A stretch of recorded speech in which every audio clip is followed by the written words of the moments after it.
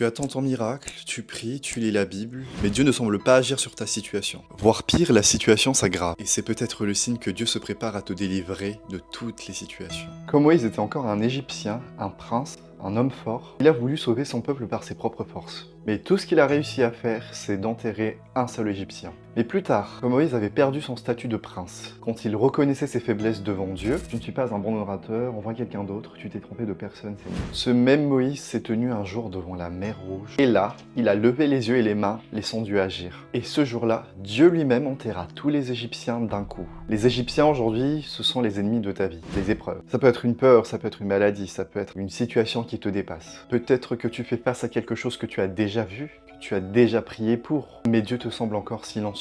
Et tu te demandes pourquoi il agirait maintenant. Et tu te demandes aussi d'ailleurs pourquoi il n'a pas agi avant. Quand Dieu a décidé de délivrer les Israélites, il faisait des miracles. L'eau changeait en sang, les moustiques, les grenouilles. Mais tout cela n'a fait qu'enflammer la colère du pharaon et doubler la charge de travail pour le peuple. Et peut-être que toi aussi, chaque fois que tu pries, non seulement tu as l'impression que Dieu ne t'entend pas, mais parfois même que la situation empire. Alors tu prends tout sur tes épaules, au point de perdre ta paix intérieure. Tu te dis, je n'en sortirai jamais. Tu entends les encouragements, les sermons, les prêches, mais là, c'est plus fort que toi. Et je suis sûr que les Israélites se disaient pareil. Pourquoi essayer encore? Dieu a changé l'eau en sang, il a envoyé des fléaux sur l'Égypte, mais nous, on est toujours emprisonnés. La situation est même pire, c'était mieux avant. Mais laisse-moi te dire ceci. Dieu n'a pas dit son dernier mot. Même quand tu ne le vois pas, il agit déjà dans les coulisses. Au moment voulu, c'est Dieu lui-même qui enterrera tous les Égyptiens de ta vie, pour qu'ils ne reviennent plus jamais. Mais pourquoi? Parce que tu es son enfant. Dieu sait exactement ce que tu vis. Quand les Israélites souffraient sous la chaleur et les coups de fouet, Dieu souffrait avec eux. Il est apparu à Moïse dans le buisson ardent, un feu qui brûle sans consommer, symbole de sa présence dans la souffrance. Alors courage, parce que Jésus est sur le point de tout régler. Fais ce qui est nécessaire. Peut-être qu'aujourd'hui c'est juste de te lever de ton lit, de faire le premier pas,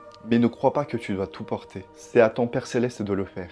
Fais le naturel et il fera le surnaturel. Et arrête les « et si cette situation, et si ça arrive comme ça, et si ça se passe comme ça », arrête tout ça. Dieu est déjà allé avant toi et vérifié l'endroit avant toi, avant même que tu ne pries. Sois comme Shadrach, Meshach et Abednego qui disaient « Notre Dieu peut nous délivrer, et même s'il ne le fait pas, nous ne fléchirons pas. » Tiens ferme avec Jésus. Il ne peut pas te sauver, personne ne le pourra. Mais la bonne nouvelle, c'est qu'il peut, il veut et il fera. Car après tout, Jésus t'aime beaucoup trop pour jouer avec ta vie. C'était l'encouragement du jour. Abonne-toi pour ne rien rater.